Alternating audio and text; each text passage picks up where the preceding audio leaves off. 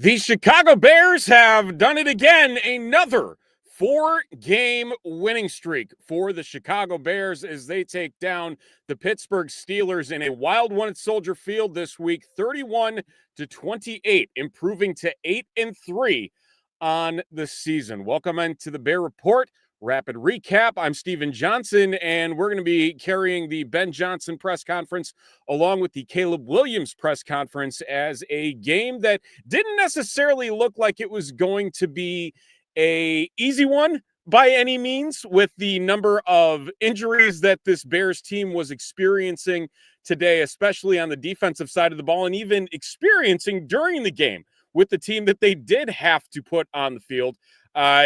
For all personnel related purposes, it was a full effort from both sides, where the offense didn't necessarily look like it was going to be moving in the right direction right out of the gate. The defense, same thing, looked like they weren't going to stop anybody early on. They get a huge interception from Nahshon Wright.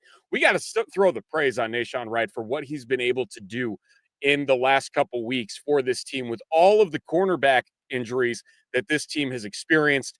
And then you have Montez Sweat stepping up again, a huge day for him. So like I said, we're going to be carrying everything that the Bears drop in the locker room for today, including the Ben Johnson and Caleb Williams press conferences. Be sure to drop your comments in the chat if you are watching with us live over on YouTube, Facebook, and Twitter. Very much an exciting day for the Bears. As you know, the talk has been they got to beat a team with the winning record. They pick up that victory today and now look to a short week, taking on the Philadelphia Eagles on the road on Black Friday, just 5 days from today. So again, we'll run down all the stats here as we wait for Ben Johnson and for Caleb Williams to take the podium. And we will start with the offensive side of the ball, putting up 31 points today, a big, big day for the offense against a very good Steelers defense.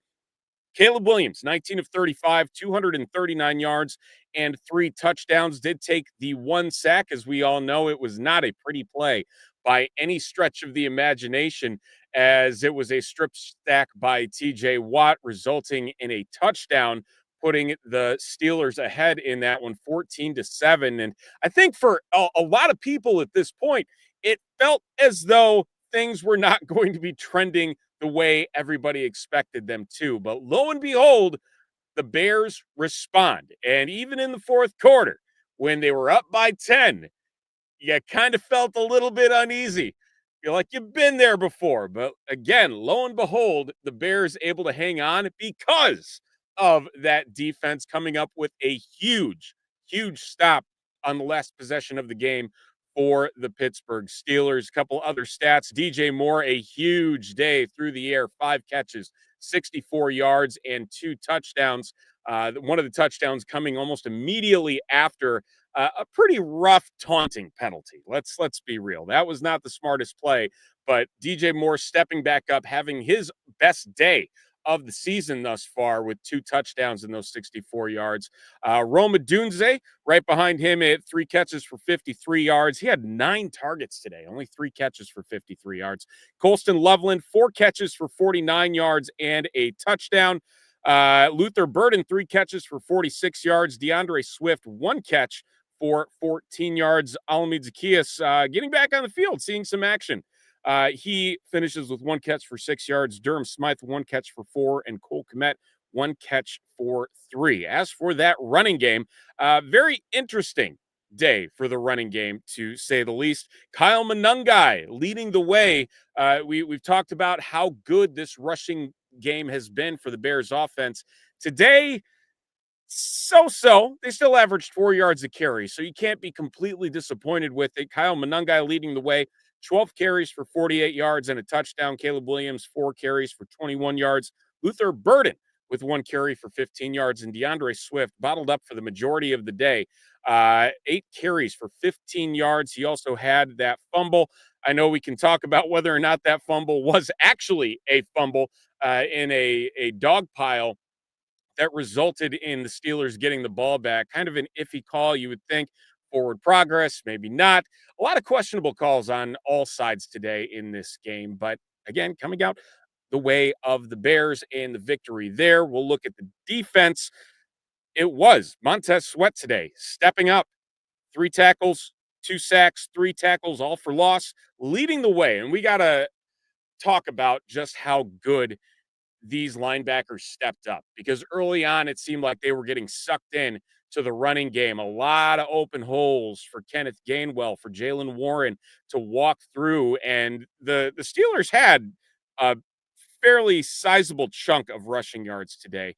I think it felt like they were running for 200 to 300 rushing yards at one point, but and total they had, let's see here if we can find this, 186. So they came close. They came close to the 200 rushing yards, but through the air, not too much happening for Mason Rudolph with 171 uh, passing yards for him. As again, for the defense, DeMarco Jackson, 15 tackles today for a guy that has not seen much, if any, performance on the field.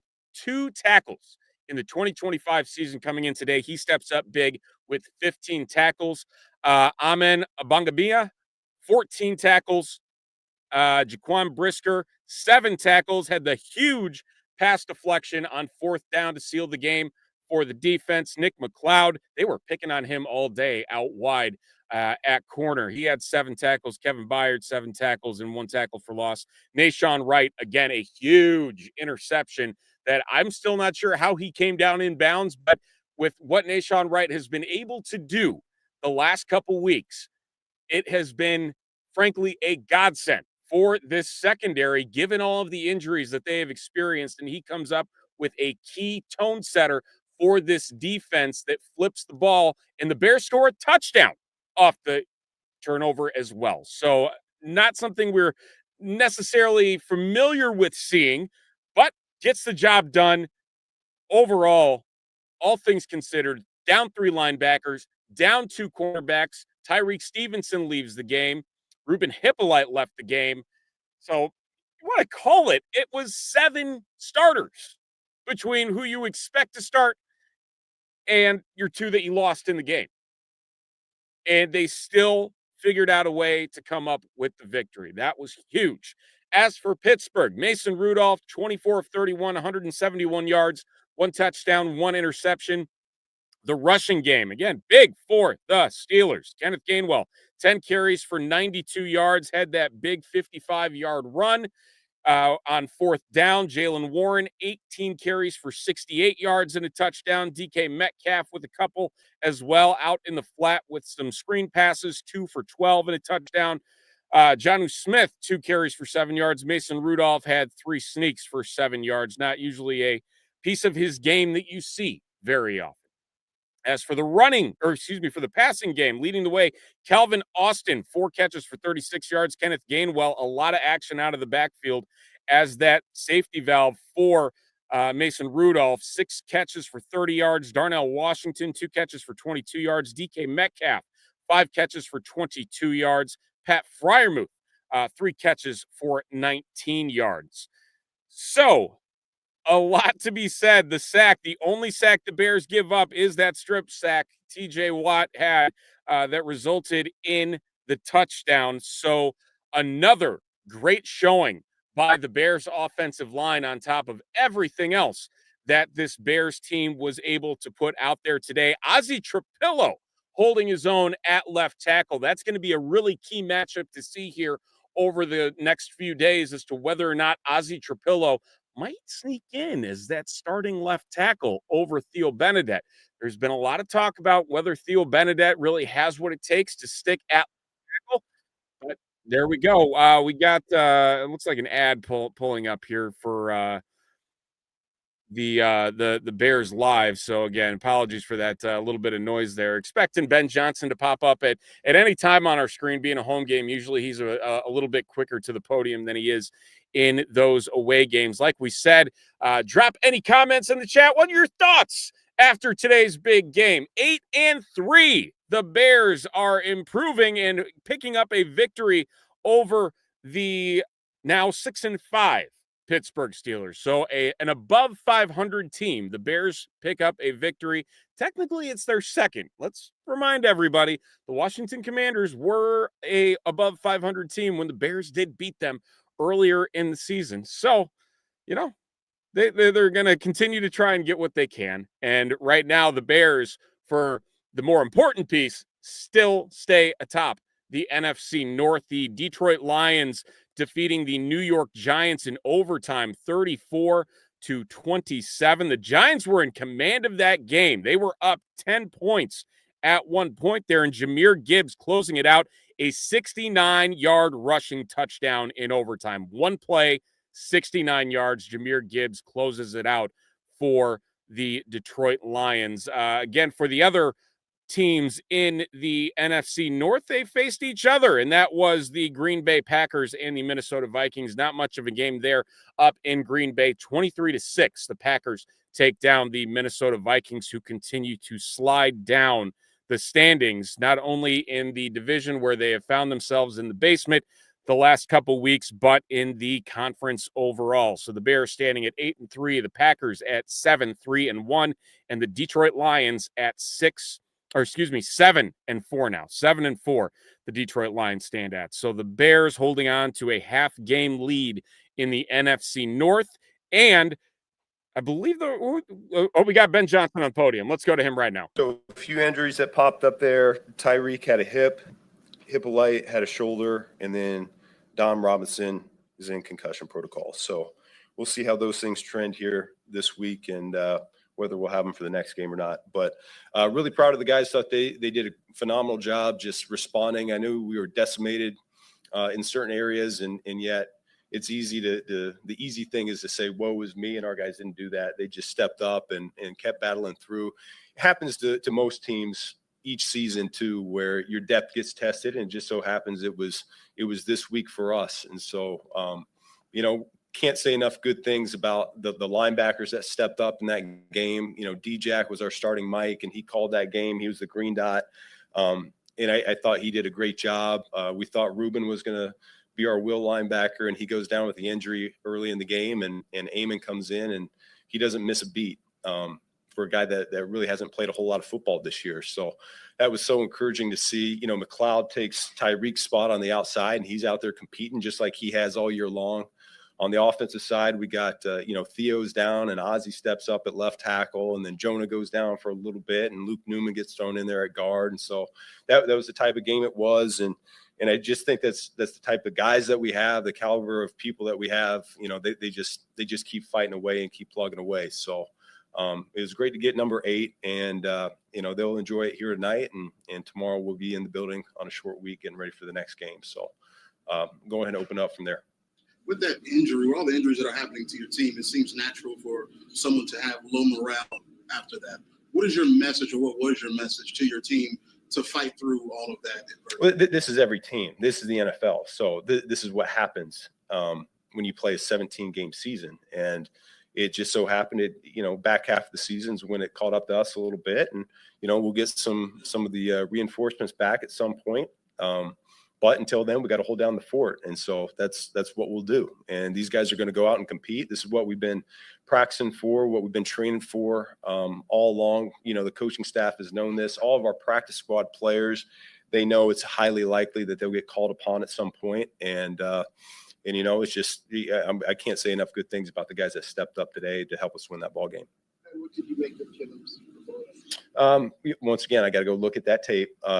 But 31 points on offense, and that's always a good thing when you get over 30. So from my perspective, we probably had a couple that we let it get away from us, but that's, I don't know many quarterbacks that do play a perfect game. You're 38, you take the delay. What happened? Yeah, we just didn't get it off in time. And in the fourth quarter, those guys know I'm not going to call my timeouts because we're going to need those later on. Let's talk about complementary football. I think the offense scored touchdowns both times after the takeaways. What impressed you about that? Say it again. Defense got the takeaways, and the offense turned them into touchdowns. Yeah, it's something that we'd love to do. I mean, we've had so many takeaways this year. Our defense just, is part of their calling card. And so we've done a solid job of capitalizing on that. I think we're second in the league in points off turnovers. And And so we really needed that there today. You certainly felt it, with Shawnee's interception there on the sideline. The whole sideline kind of ignited, gave us a spark, and offense was able to capitalize on that and score our first touchdown of the game. So it's good to see that complementary football, and we're going to need more of that here going forward. What's it like on the sideline and maybe during the week, just kind of keeping track of all the guys who are down, and what does it say about DA, about kind of how everything came together today? Yeah, no, I think you can't understate the importance of these guys. I'm talking about the coaching staff. That's all three phases. They do a phenomenal job of piecing this thing together. We meet early in the week and we kind of forecast how we think it's going to go. And then the week of practice kind of dictates who's going to be up and who's going to be down to a degree. But, each week's a little bit different story. And like I said, you got different guys stepping up and answering that bell. And that's why the week of preparation is so important for us too. These young players, they get a chance to instill confidence in the coaching staff and find a role and a niche when there's an opportunity available. So it was good. Again, for just a housekeeping thing, do you expect him back this year? Who? Tremaine? I think so. Yeah. The touchdown DJ on the free play. Yeah. What do you like about just the recognition of how Karen Caleb and DJ? Yeah, it was something that we thought we might be able to get them to jump off sides. It's such a good pass rushing group. We were trying to find ways to slow them down a little bit, and that was an opportunity for us to work our cadence. And I thought the execution of it was really well done. Something we've been working on since the springtime through training camp, and everybody on offense has slowly but surely gotten better at that. And so great job by Drew pulling the trigger, seeing it out of his periph, and then Caleb finding the open receiver. It's really well done. 2 free plays today that they were able to pull. Nothing. We just keep playing. Yep. Doesn't matter who's out there. What's the feedback to Caleb after the strip sack? Just hold on to the ball. Yeah. We know how important these turnovers are. We can't have them. They're not okay. So we're well aware of that. You got it. Yeah, you got it. You've got a really quick turnaround here. What is your focus in the next couple of days? Do you turn the page tonight and go on to Philly, or how did your routine change in this? Well, it's something we've been mindful of the moment the schedule came out. And so our coaches, I know our defensive coaches were certainly in the office a little bit later towards the end of the week there, getting ahead. We'll have some coaches going to the office after the game here tonight. And then, tomorrow it's going to be full steam ahead. So we actually get an extra day. Normally you go Sunday to Thursday at least once a year. So Sunday to Friday is actually going to be pretty nice. What impressed you about Montez's performance today, especially? He's been heating up since the bye week. Tez has, and you've just felt it each week. He seems to impact the game a little bit more each week, and so I think he had 2. Is that right? And had a chance for a third. It felt like out there. Should have had my count, but it's good to see that come on just like that. I feel him. I feel Grady. I feel Book. I feel all those guys, and it's.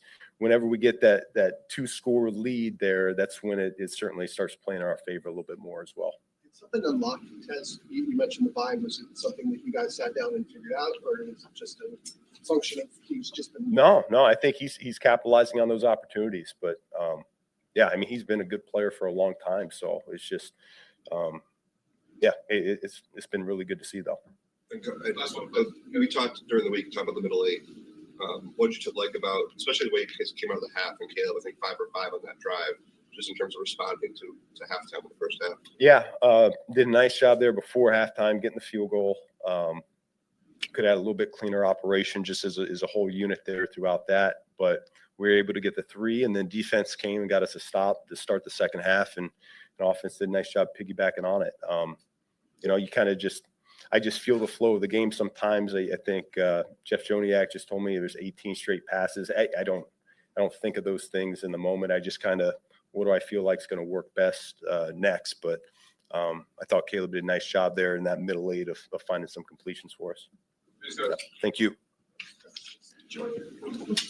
All right, that is Ben Johnson, head coach of the Chicago Bears, and going to Montez Sweat. Now, let's count these up. 4, 5, 6.5 sacks in the last 6 games. He has 6.5 sacks since the bye. Unreal what he has been able to do. Caleb Williams should be at the podium at any minute, so we'll jump to that as soon as he is brought up here, and hopefully it will be soon. So, again, the Bears taking down the Pittsburgh Steelers 31-28, improving to 8-3. And the coaching, I think, needs to get a little bit more praise than what it has so far in this season. And there has been plenty of praise heaped on Ben Johnson and this coaching staff. Having a guy like Dennis Allen, who has had opportunities to be a head coach in the NFL, not just once, but twice, with the Raiders and again with the Saints. And having him as a defensive coordinator, bringing that experience and making sure that his group is ready to take the field, no matter who it is, what the situation is, today speaks volumes about what this coaching staff was able to do in their next man up mentality and making sure they did not skip a beat in providing the level of play that this team needed in the moment. Frankly, I'll be honest, I didn't think the Bears were going to win today. I did not. They were down 5 starters. My guess is Jalen Johnson and Kyler Gordon make their return Friday against the Eagles. They didn't want to force them into this game and then have them play immediately again on a short week. That's going to be a big turnaround for them. Hopefully TJ Edwards, hopefully Noah Sewell, and you see the defense start to come back together. But aside from that, what these players who were on the practice squad were doing today out in an NFL game in a big moment where there have been a lot of eyes on the Chicago Bears as to whether or not they're contenders or pretenders. Hey. What was the mindset? Look at this. We got Montez Sweat. Yeah, I mean, we understood that we had all our starting linebackers down. Coach just preached, we got to pick them up and compete on all 3 phases and have each other's back. Montez, can you take us through the strip sack, just kind of what you saw? Yeah, I mean, I think it was a play action or something like that. I seen the tight end, gave him a move, came around, sacked the quarterback. I seen the ball was out. I think a couple people tried to pick it up and run. I seen it on the ground, and I just covered it up.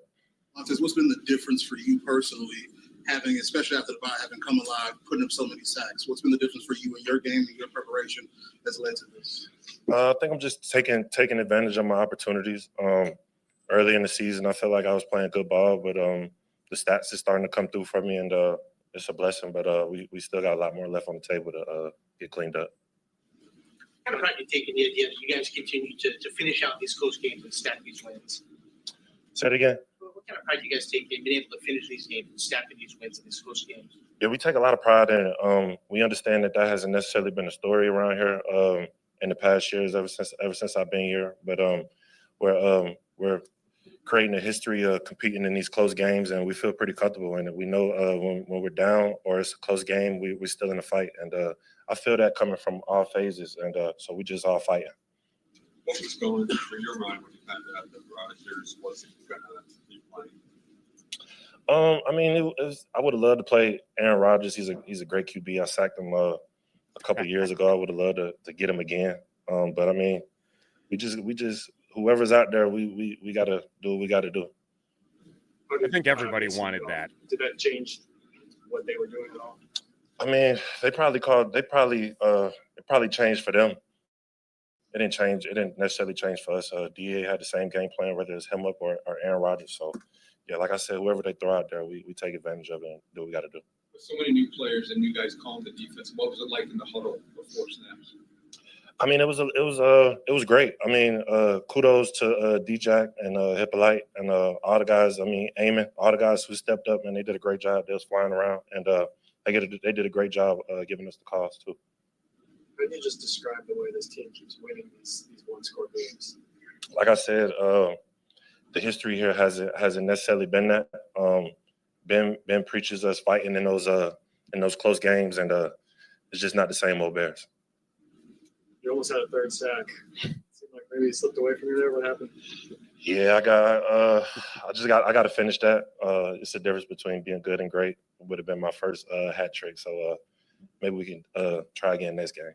What's it like to see Brisker get the big play on fourth down?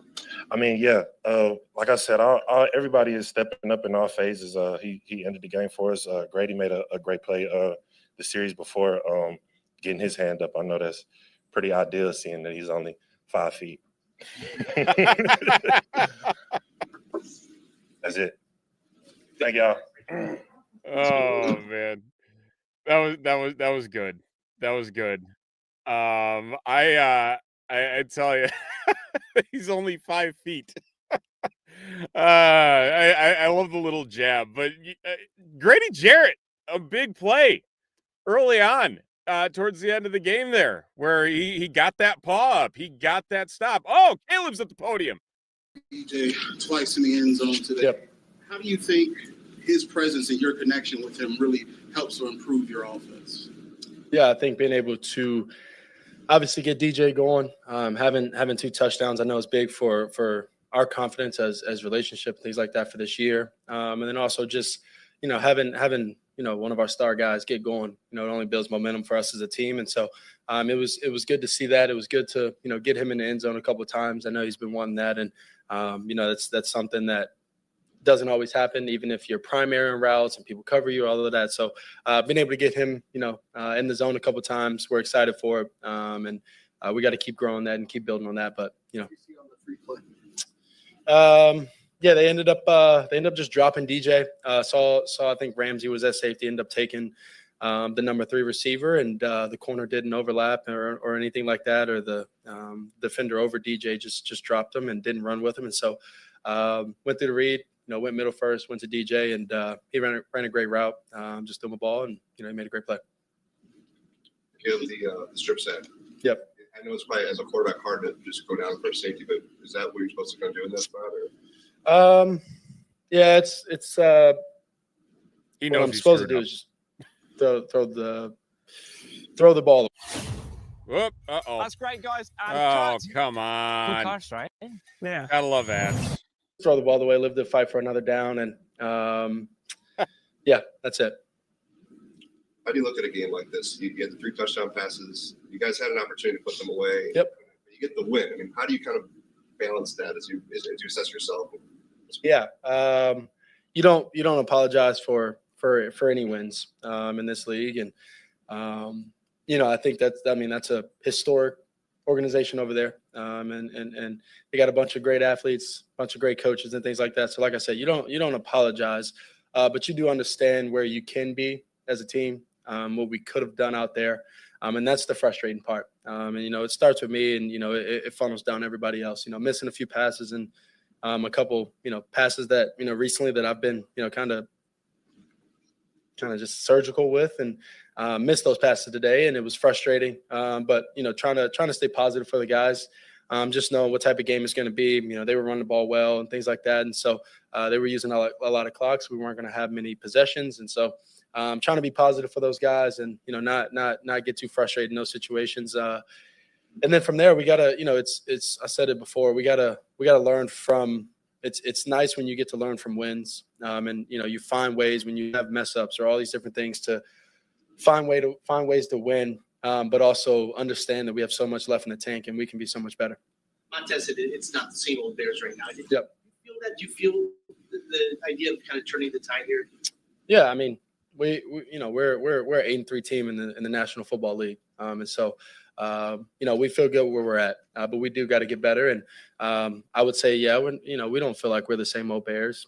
We pull through for each other when it matters most, and so we got to keep getting better. Like I said, it starts with me on my side, and then we'll keep growing from there. What happened on the delay game?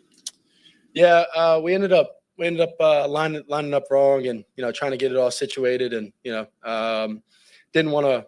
In that moment, didn't want to run a bad play or a play that was all messed up from the jump. And so, move back a couple yards and try and go get it from there. You said this week that you wanted to go say hello to Rodgers. Yep. Did that happened? Yeah. Right after the game, we end up saying hello, get healthy, and and moved on from there. How important was that drive coming out of halftime? I think you went 5 for 5. Yeah. So just coming out of that first half, like, what did that drive mean from moving forward? Yeah, it was good for us just because kind of how right before half kind of played out.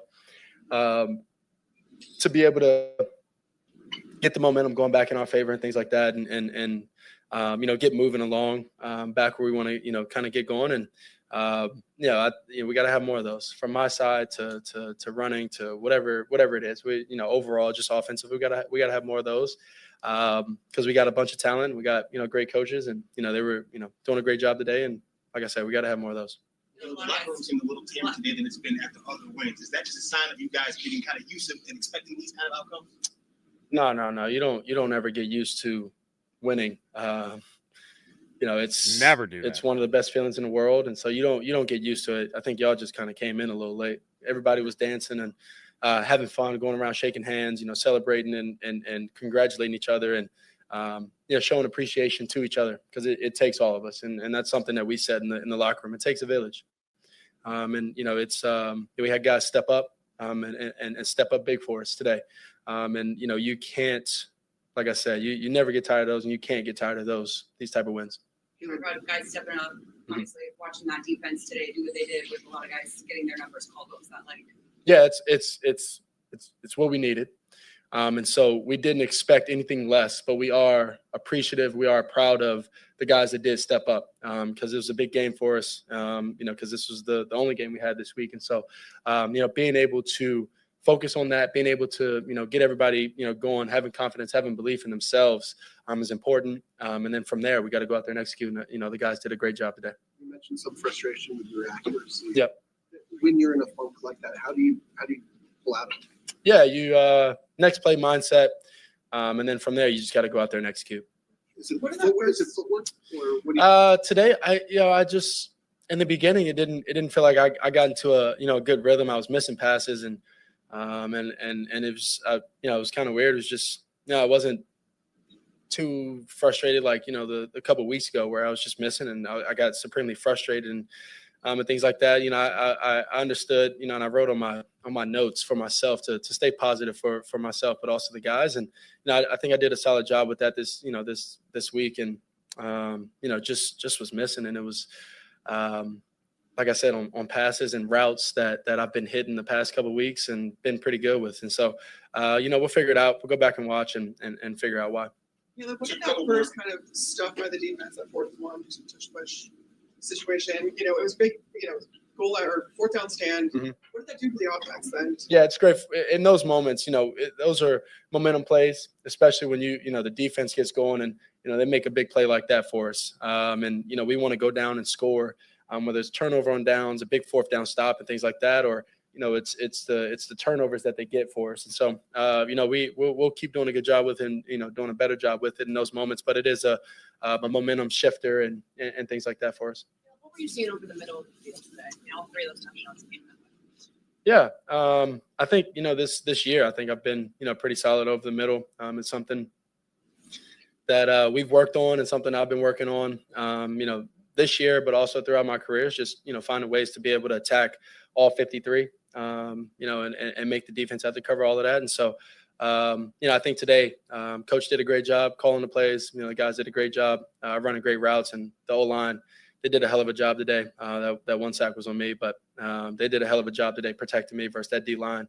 And so, with that being said, just deliver a good ball and let the guys go make plays for us. Is it too early for Bears fans to start thinking playoffs? For them, if they want to think that, that's fine. But for us, it's just the next game. And like I said, if we go 1-1, which is 1-0, in each week, we'll be exactly where we want to be, and they'll be here, supporting us, cheering us on like they always do. Awesome, the Bears. All righty, so that is Caleb Williams, quarterback of the Chicago Bears, and everything that he said and the mindset that they are taking this week by week by week and not necessarily looking towards the end of December and the playoffs and sitting here at 8-3, a game away from a winning record for 2025. That's all they need. One win. That's it. And they could lose the rest and finish 9-8. Thanks, 17-game season. It's a competitive conference, and they know that.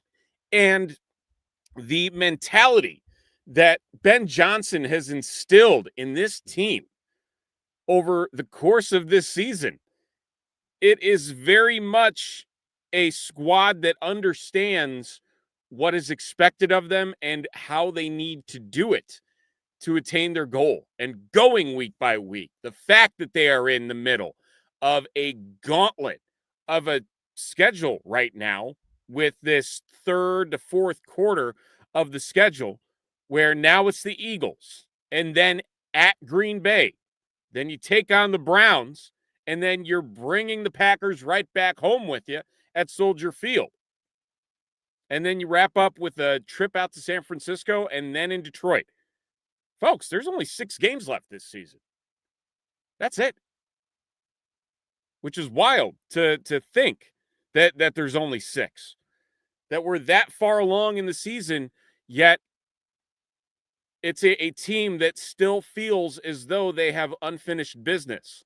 That they're not going to say, look at us, we've had 2 4-game winning streaks in a 2025 season that a lot of people didn't expect us to contend for the division.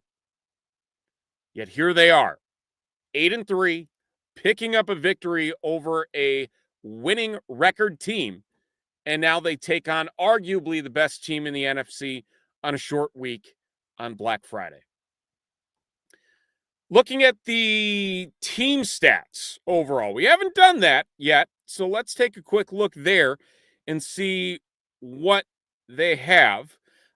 First downs, 22 first downs for the Steelers to 19 for the Bears. Third down efficiency, 8 of 14 for Pittsburgh, 7 of 13 for Chicago. Fourth down efficiency, Steelers 1 of 3, including that last possession to close it out at the end of the game. And then the tush-push, like it was mentioned there in those press conferences with Montez Sweat and with Caleb Williams. Bears 1 for 1 on fourth down today. Total yards, 345 total yards for the Steelers, 328 for the Bears. Yards per play, 5 yards per play for the Steelers, 5.4 for the Bears. Passing through the air, this includes the sacks, mind you, 159 to 229 in the Bears' favor. Rushing the ball, 186 to 99 in favor of the Steelers. Red zone opportunities, both teams 3 for 3 on a touchdown in that. Turnovers, both teams having 2 turnovers today. Penalties, again, the penalties, 6 of 41 for the Steelers, 7 penalties for 83 yards for the Bears today. So another game where, again, some boneheaded plays that the Bears made that they shouldn't have made that cost them yards. Not what you want to see. Part of those things that need to be cleaned up, and we'll see what they come out with. Philadelphia is not an easy place to play, folks. It is not, especially going up against a team like the Philadelphia Eagles, who just do not have a lapse, really. I mean, I guess they did have one lapse against the Giants on Thursday night, those off-week games, but it is going to be difficult for the Bears on a Friday afternoon to walk in there and take on Saquon Barkley, take on Jalen Hurts, an offense that is frankly frustrated, that is looking for answers, and you don't want to be the team that they find answers against. Again, will it be Jalen Johnson's return? Will it be Kyler Gordon's return? Will we see TJ Edwards? Will we see Noah Sewell? Will Tyreek Stevenson be out there? Those are going to be some major questions that they're going to have to ask, especially considering that specifically the corners in Jalen and Kyler were full participants in practice on Friday. So you need to hope that because of the late turn, that's why they didn't play today. That they thought they could get the job done without them. They could hold the fort down, and then walk into a game against the leading team in the NFC. Here we are, 8-3. Do they have what it takes? We heard it from Montez Sweat. We heard it from Caleb Williams. This isn't the same old Bears of previous years. The mindset, the play on the field, they know things need to be improved. That wasn't a fully happy group of players and coaches today that we heard at the podium. These are guys that understand things can get better. They can be better. They can improve where they're doing things incorrectly. Bringing up that fumble touchdown to Caleb, he knew what he did wrong. And as long as they continue to have this it's not enough mentality, that's what is going to help this team catapult in future years, and even this year, into being considered actual contenders in the NFC. 8-3.